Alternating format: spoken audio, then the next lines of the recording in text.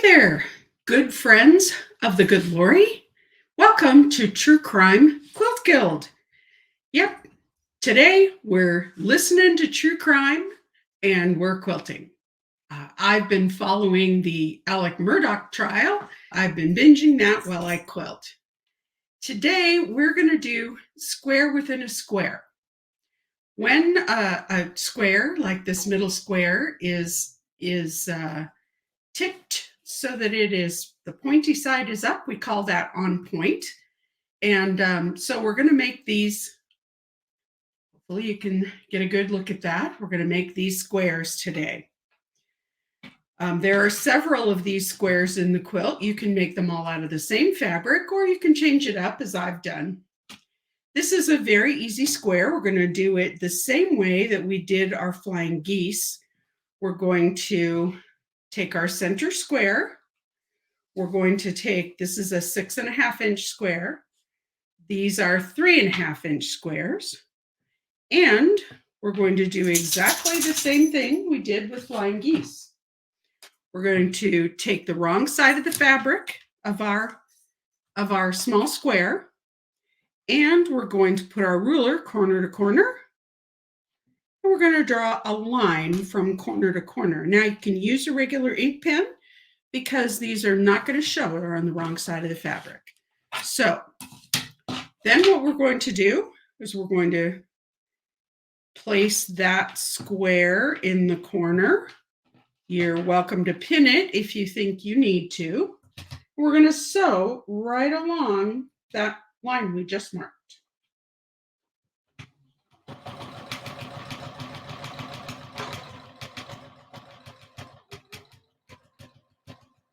Take your time and be accurate. Now, the next step is that we're going to take our ruler, grab a mat here. We're going to take our ruler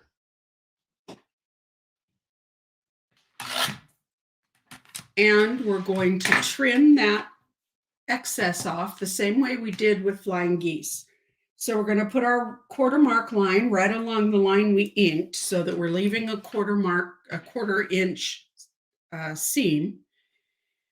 And we're going to take that little extra piece off. As I've said before, quilting is not necessarily about conserving fabric. So we're going to press that all nice and flat. And then we're going to add the other corners. Once we have put all the corners on, you'll have the square that looks like this, the square within a square. Then it's just a simple matter of sewing on these two 6.5 inch squares, the same way we did our 4 patches and our 16 patches. Hello, true crime quilters. We're ready to start talking about Dresden plate pattern. So the Dresden plate pattern is an applique pattern, which means we're going to sew fabric over the top of fabric in a round shape of petals. So it's a different kind of technique. The first thing we need to do is in your pattern, you will find a place where you have this little template to cut out. So please cut that out because we're going to use it. And then let's talk a little bit about how this piece comes together. The first thing you do is you fold your 4 by 3.5 inch squares the long way, right sides together. And then we're going to take a 1/4 inch seam along the one end of that little petal. Let me find my petal.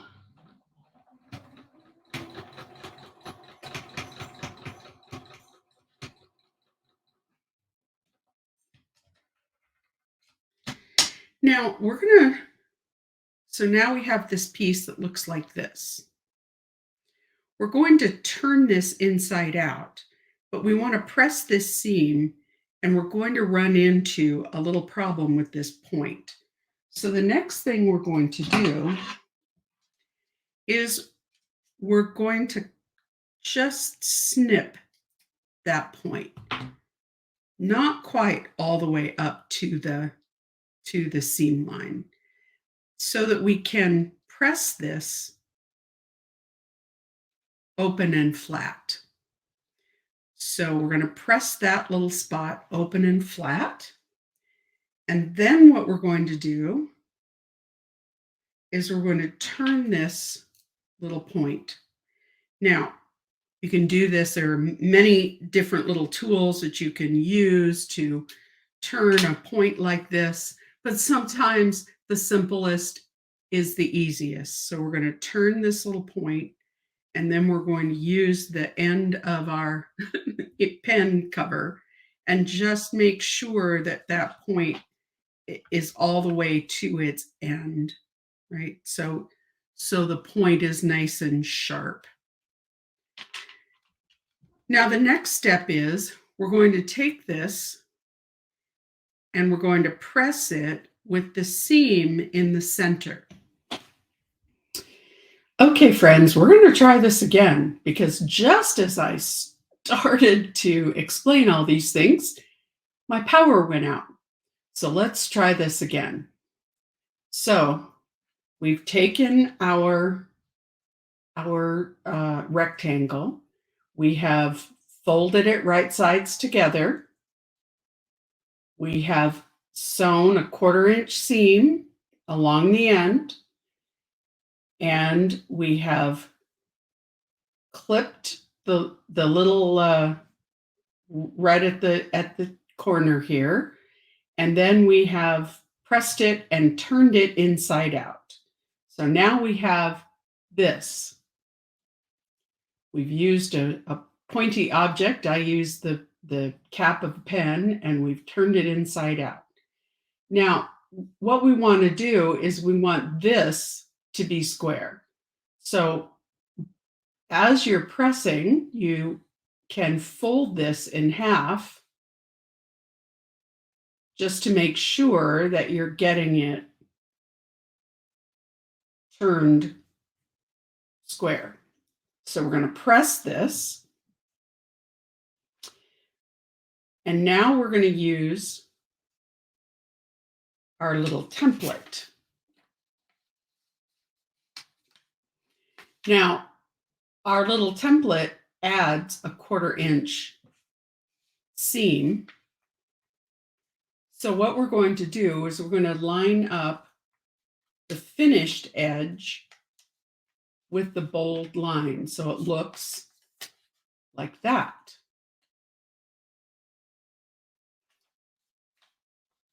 And then what we're going to do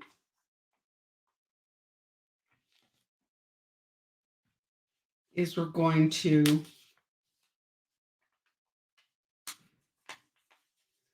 trim to the edges. And you can use a pin on this if you like. So we're going to flip this over so we can see our template, and we're going to trim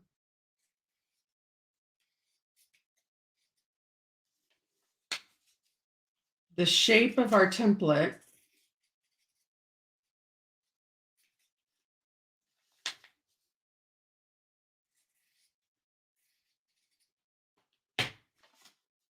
so now our little piece looks like this.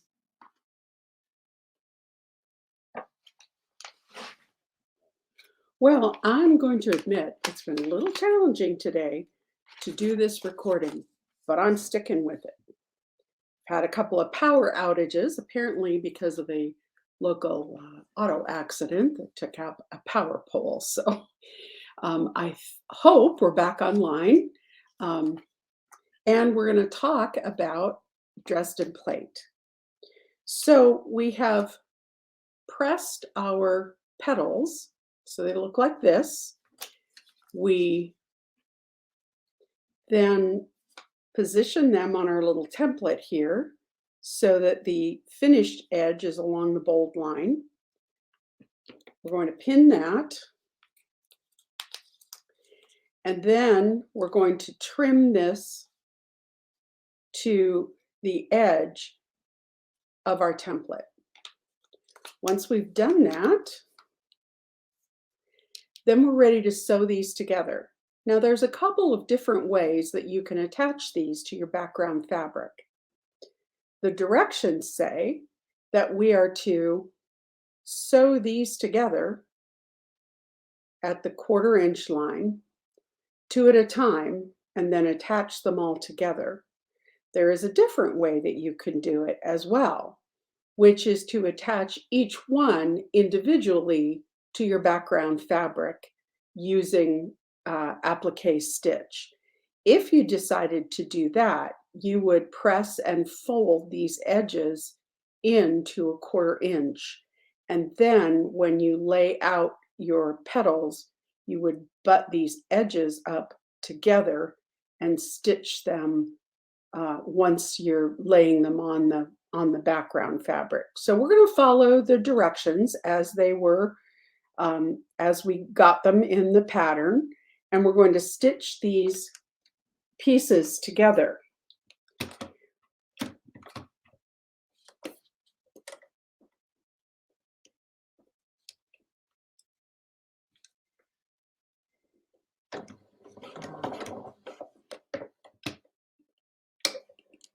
Take your time, make sure that they're lined up. Use a pin if necessary.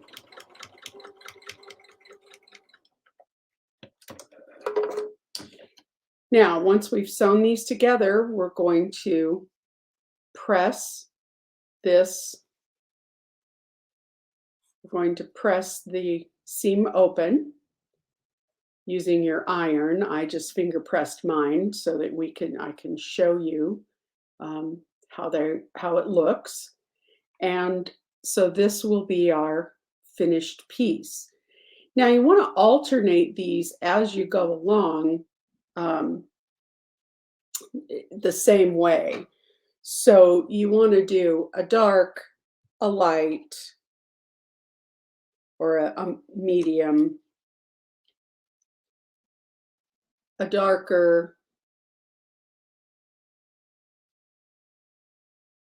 and then a light, and you want to continue that pattern all the way around. I have this little piece that has some little yellow pops in it to bring out the yellow in my quilt. The yellow is my accent color, and so we're doing black and white with this little color accent. So I'm going to continue to sew these all together, and then I will be back with you to show you how to position them on your background fabric. Here we are back to lay out our Dresden plate. So the next step is to take our background fabric, and what I've done is I have just ironed it with a crease, folding it in half both ways so that we get a little bullseye here in the middle, and that's going to be the center of our flower or our plate. Now, the easiest way to do this is to line up one of your seams on each side with your line and your seam on each side. So I've got a seam lined up with my line here, a seam lined up with my line here on each side, so that we now have this right in the center of our fabric. So the next step is going to be to stitch around each one of these petals. Now you can do that by hand, or you can do that with your machine. If you are using your machine, you want to go right along the very edge using a longer stitch right along the very edge and going very slowly so that you are accurately sewing right along this edge. The other thing is to use an applique stitch, which is, and hand stitch, which is basically a whip stitch using a fine needle and a single strand of thread in some matching color, in this case, probably a dark or a black, and hiding those stitches right in underneath this area. So once your applique is finished, then we're going to add this center circle. And the center circle will also be appliqued over the top. So we'll cut this piece out. We're going to use the freezer paper method, which I will show you. We're going to cut this piece out. We're going to turn it under so that it has a finished edge like this, and we're going to stitch it as well. Once again, you can do it by hand or with your machine, depending on your preference. I enjoy this kind of handwork in the evenings when I'm watching television or listening to a true crime podcast. And I like this kind of handwork. Back when I was practicing law, and we were required to do continuing legal education work, I often took these sorts of hand projects with me when I went to those seminars, because I found that it helped me to keep my hands busy while I was listening to a presentation on the most recent developments in the law. So once you have your petals pinned down, you might want to give this another good press just to make sure that it is very flat, because that will make it easier for you to do your handwork on it.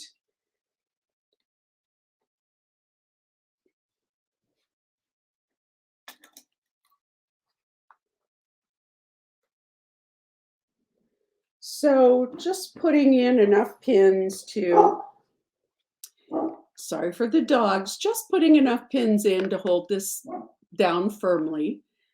So I'm going to finish this, and then we'll get back to cut the center circle and to show you how we fit that on. Okay, so now we're going to talk about how we do this centerpiece. So you'll need a piece of freezer paper. Doesn't have to be anything fancy. You're going to just use whatever you might have around. Freezer paper, you can get it at the local grocery store. You don't need a lot of it, but it's important if you are going to continue to do applique. So what we're going to do is we're going to take our template, which is in our pattern, and we're just going to trace the outline, don't know whether you can see that or not, of our outside circle. You want to make sure that you're getting the outside perimeter, because the inside perimeter is where you're going to fold that 1/4 inch seam in order to make this finished edge. So you want to cut on the outer edge. So you want when you're tracing your circle, you want to trace that outer edge. So now what we're going to do is we're going to take a piece of your background fabric, or whatever fabric you want to use for the center of your Dresden plate. We're going to take that. We're going to iron the shiny side of the fabric to the wrong side of the fabric, so that the right side of the fabric will curve around this. So wrong side to the shiny side. So now what we have is we have our fabric. which is adhered to the shiny, sticky side of the freezer paper.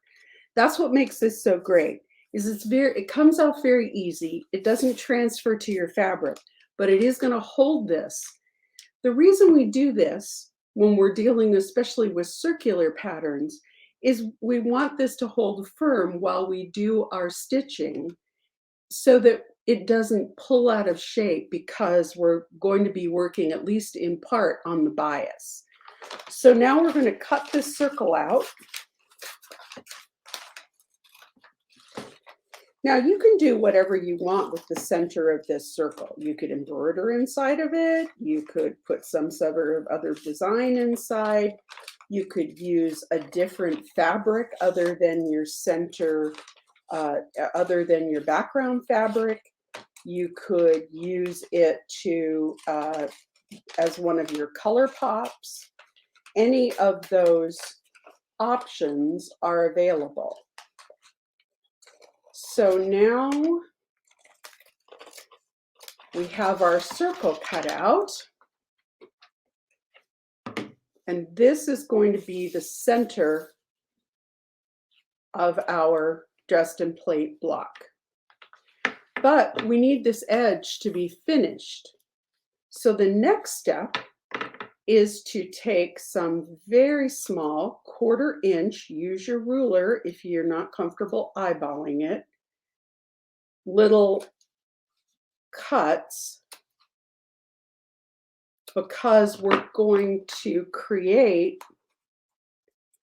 around the edge a 1/4 inch fold, right? So we're going to turn that edge over. Now you can cut away this fabric here, or the freezer paper, not the fabric, so leaving you with a nice round edge. But what we're doing is we're just pulling this down a 1/4 inch, and we've made those little cuts so that the round will consistently stay round and won't fold over, because you can take just a tiny bit of a little pleat there to keep the round shape of the applique. Hopefully that was clear. So we're just snipping and folding to ease around those curves, so that when you press, you're going to ease that circle around. So you're going to press all the way around to give yourself a 1/4 inch turn under for a 1/4 inch seam. So that finishes your center. Now we're going to sew this on with the freezer paper still on it. We're going to curl under. We're going to curl the freezer paper under so that we're only sewing the fabric here, but we're going to leave that freezer paper on until we get almost to the end, and then we're going to just slide our finger under, break the adherence on the freezer paper, and pull that piece of freezer paper out. The reason we do that, once again, is to give us a nice firm foundation to stitch around. And then when we pull that out, we're not going to have that piece of fabric have been all stretched out, because we've been working at least on part of it on the bias. So once that is done, our Dresden plate is finished. So join me. I'm going to spend the evening with a little bit of hand applique, and I will be back to show you what the finished project looks like. Next time, we're going to be talking about foundation piecing. Now, foundation piecing is a really great technique, gives incredible accuracy to a quilt square. but it is a completely different technique from anything we've done so far. So if you would, it would be a great idea if you would take a look at the instructions for foundation piecing. Be sure and take a look at this lesson 7 in our pattern, and give it a good thorough read through before we start, because this is going to be different than anything we have done before. We're actually going to use patterns printed on paper, and we're going to sew over the top of those in order to use that as our pattern. So it's somewhat like using the freezer paper for our Dresden plate, but in this case, we're actually going to be sewing on these patterns. One thing that you will need to do before you get started, before we start on our next installment, is you will need to make copies of these patterns on your copy machine. Make sure that your copy machine is set to 100%, because we want to make sure that we don't reduce these in any way. And you'll need to make copies on your printer before you get started. And then we'll go on and talk about how you do foundation piecing. I enjoy foundation piecing because it's so accurate, and you can really make some very accurate star and patterns that have points. Hi friends, we're going to talk a little bit more today on our Quilt Guild about our Dresden plate. So I have mine pinned to the background fabric, and I'm going to give you a little demo. See my face today. Everybody complains that you only see my body and I'm headless. So you can see my face today. You can see all of our new squares up here. But we're going to talk a little bit about hand sewing and hand applique. So I'm going to tip the camera down so you can see what I'm doing. So this is at my desk, so a little bit confusing here. So what I'm going to do is I'm going to come up through the wrong side of the fabric, and I'm going to start my stitch. I want to start my stitch sort of under the quilt square. I'm using a smallish needle and a single strand of thread. I didn't double my thread because we want fine stitches. So I'm going to bring that up from underneath a little bit in so that I'm going to hide my knot. And then I'm going to bring the needle through the background fabric and up as close to that fold there as I can get, because we're really going to hide those stitches behind this quilt square. So hopefully you can see that I am just pulling it up and just catching right at the edge, as far back as I can, that quilt square.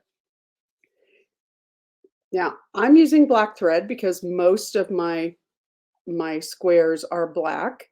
I started with the white one because I thought it might be easier for y'all to see my where my stitches are going, but you want to just keep that. You're trying to hide those stitches best you can, right along the edge of that piece. Now, if you were to decide to do this with your machine, you would try and match the colors to the colors of your square, and you would run your machine as close to the edge in a fairly long stitch all the way around. You could also use a blanket stitch or a zigzag stitch to give it a different look. Now I'm going to show you what a blanket stitch looks like, although I'm not going to blanket stitch these. In a blanket stitch, what you do is you actually come through the fabric at about, depending on the size of your square, about 1/4 to 1/8 of an inch. And then you're going to loop through your thread. Let's make sure we don't have it twisted here. You're going to loop through your thread to make that sort of a stitch. And you're going to continue doing that. Loop through your thread. And don't catch it on your needle, on your pins. To make square stitches all the way around the edge. Now I'm going to take these out because that is not the look I'm going for on this. But oftentimes, especially if you're doing sort of a folky or 30s style prints, you might want to do that. Often we use a heavier thread or a floss of some kind, like embroidery floss, with a couple of strands to give that. It really is much more of a design element than it is a stitching technique. So I'm going to pull those out because that is not the look we're going for on this one. And now I will be getting back to you to show you the finished product, but I do want to talk a little bit about the centerpiece.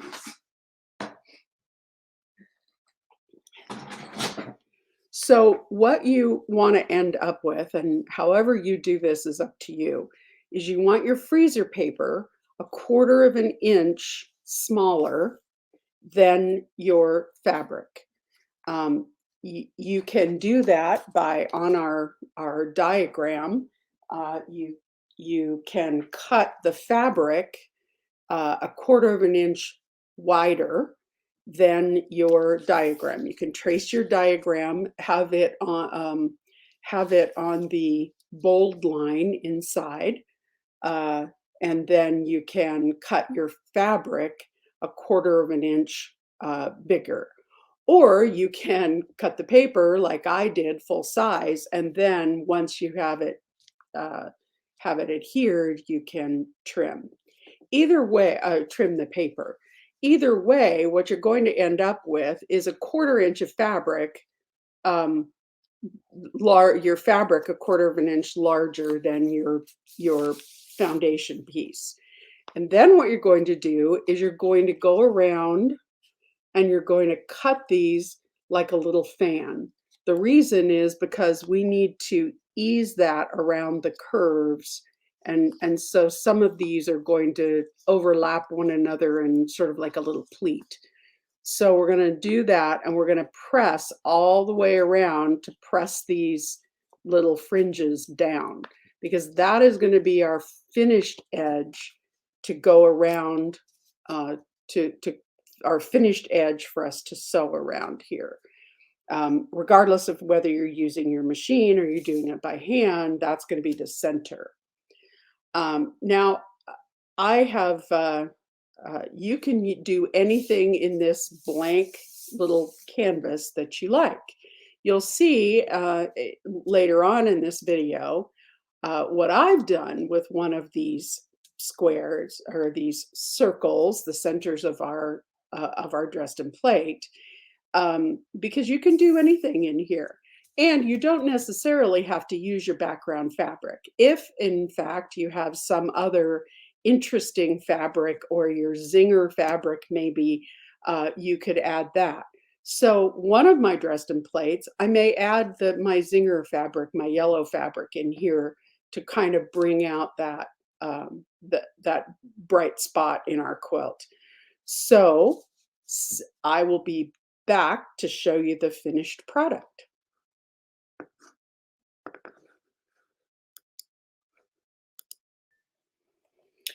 And here is our finished Dresden plate square. Now, we're going to have to make several of these, along with a couple more of the other squares that are on the wall over here. So, and then next time we'll be talking about foundation piecing and then putting the whole quilt together. Join me then.